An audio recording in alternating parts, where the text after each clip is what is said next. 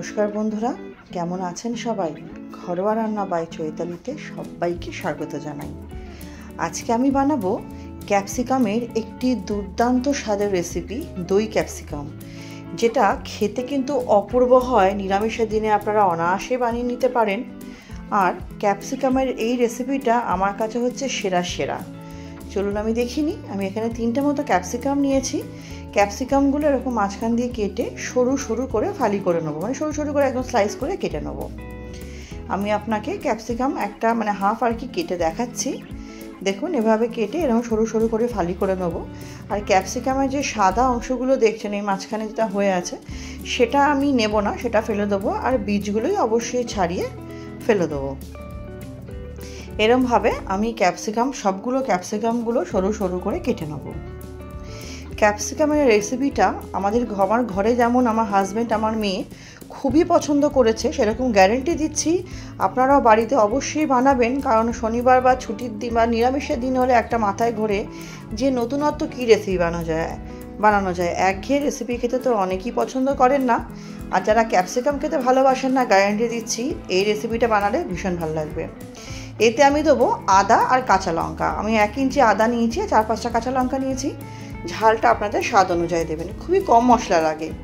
আদা কাঁচা লঙ্কাটা আমি একটা হামানদিস্তের মধ্যে থেতো করে নিচ্ছি। দেখুন, ঠিক এরকম, খুব একটা বেশি মিহির প্রয়োজন হয় না। এবার কড়াইতে আমি দিয়ে দিলাম সর্ষের তেল, দিয়ে আমি 5 ফোড়ন দিলাম। কয়েক সেকেন্ড নাড়াচাড়া করে যে আদা কাঁচা লঙ্কাটা থেতো করেছিলাম সেটা দিয়ে দিলাম। এবার কয়েক সেকেন্ড আমি একটু নাড়াচাড়া করে নেব। এর মধ্যে আদা কাঁচা লঙ্কা পুরোটাই যেটা থেতো করেছিলাম দিয়ে দিলাম। এবার এর মধ্যে দেবো রঙের জন্য কাশ্মীরি লঙ্কার গুঁড়ো। কাশ্মীরি লঙ্কার গুঁড়ো আমি এখানে 1 চামচ মতো দিয়েছি।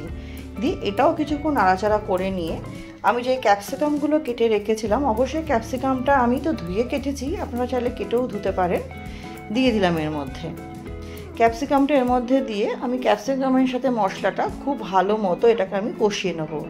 আপনারা হয়তো লক্ষ্য করবেন আমি এতে নুন দিইনি, এখনই কিন্তু নুনটা দেবো না, তাহলে ক্যাপসিকামটা খুব বেশি মজে যাবে, নরম হয়ে যাবে, আর খেতে কিন্তু ভালো লাগবে না। নুনটা আমি ঠিক সময় মতো পরে দেবো। ক্যাপসিকামটা মশলার সাথে খুব ভালো মতো আমি কিন্তু কষিয়ে নিচ্ছি।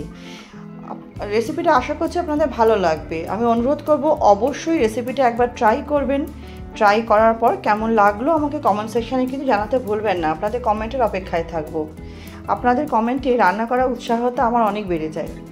এরপর দেবো কিছু গুঁড়ো মশলা। দিলাম 1/2 চামচ মতো ধনে গুঁড়ো, 1/2 চামচ মতো জিরে গুঁড়ো, আর দেবো খুব সামান্য হলুদ গুঁড়ো। দিয়ে মশলাটার সাথেও আমাকে ক্যাপসিকামটা খুব ভালো মতো মিশিয়ে নিতে হবে, যাতে মশলার কাঁচা গন্ধটা চলে যায়। রেসিপিটা ভালো লাগলে অবশ্যই ফ্রেন্ডস ফ্যামিলির সাথে শেয়ার করে নেবেন। নতুন বন্ধু যারা আমার চ্যানেলে নতুন, ভিডিওটি প্রথম দেখছেন, রেসিপিটি ভালো লাগলে চ্যানেলটি সাবস্ক্রাইব করে পাশে থাকার অনুরোধ রইল। পাশে থাকা বেল আইকনটি প্রেস করে অল নোটিফিকেশানটা অন করে নেবেন, যাতে আমি চ্যানেলে যখন নতুন রেসিপি আপডেট করব সবার আগে আপনাদের কাছে নোটিফিকেশান পৌঁছে যাবে। এরপরে নিলাম আমি বেশ কিছুটা চিনেবাদাম, এটাকে আমি গুঁড়ো করে নেব। এবার যে ক্যাপসিকামটা আমি খুব ভালো মতো কষিয়ে নিয়েছিলাম, সেটা আরেকটু কিছুক্ষণ হাতা দিয়ে একটু নাড়াচাড়া করে নিয়ে এর মধ্যে আমি চিনেবাদামটা দিয়ে দেবো। এর মধ্যে কিন্তু আমরা জলের ব্যবহারটা একদমই করব না। ক্যাপসিকাম থেকে তো অল্প একটু জল বেরোবেই, আর যেহেতু দই ক্যাপসিকাম, দই তো ব্যবহার করবই। আর চিনাবাদাম দেওয়ার পর খুব সুন্দরভাবে এটা আমাকে নাড়িয়ে নিতে হবে, যাতে চিনাবাদাম একটু দলা না থাকে। দলা থাকলে কিন্তু ভালো লাগবে না খেতে, পরে যখন মুখে পড়বে। চিনাবাদামটা দিয়ে খুব ভালো মতো এটা আমি মিশিয়ে নিচ্ছি। একটু সময় নিয়ে আমাকে একটা মিশিয়ে নিতে হবে। এই পর্যায়ে এর মধ্যে আমি দিয়ে দেবো হচ্ছে স্বাদ অনুযায়ী নুন। আপনারা যেরকম নুন খান সেরকম অনুযায়ী নুন দেবে। নুনটা দিয়েও খুব ভালো মতো মিশিয়ে নিয়ে এটা আমি মিনিট 2-3-এর জন্য ঢেকে রাখবো। দেখুন, মিনিট 2-3 পর আমার ক্যাপসিকাম বাদাম খুব ভালো মতো মিশে গেছে।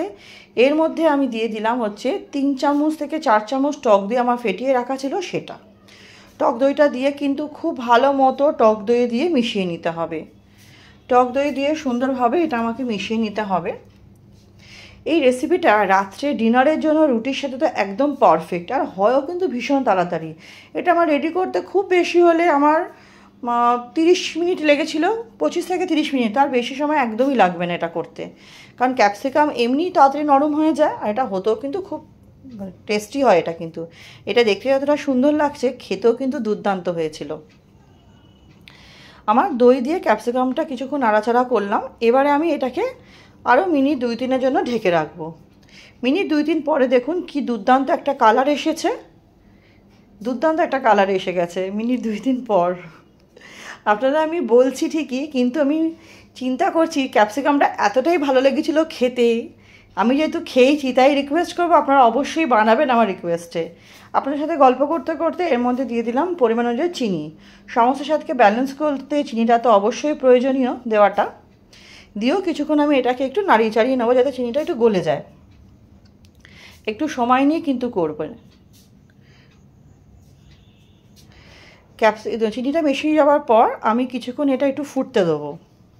বন্ধুরা, এই ক্যাপসিকামের রেসিপিটা কিন্তু আমি প্রথমবারই খেলাম, কিন্তু আমার এতটাই ভালো লেগেছিল বলার মতো না।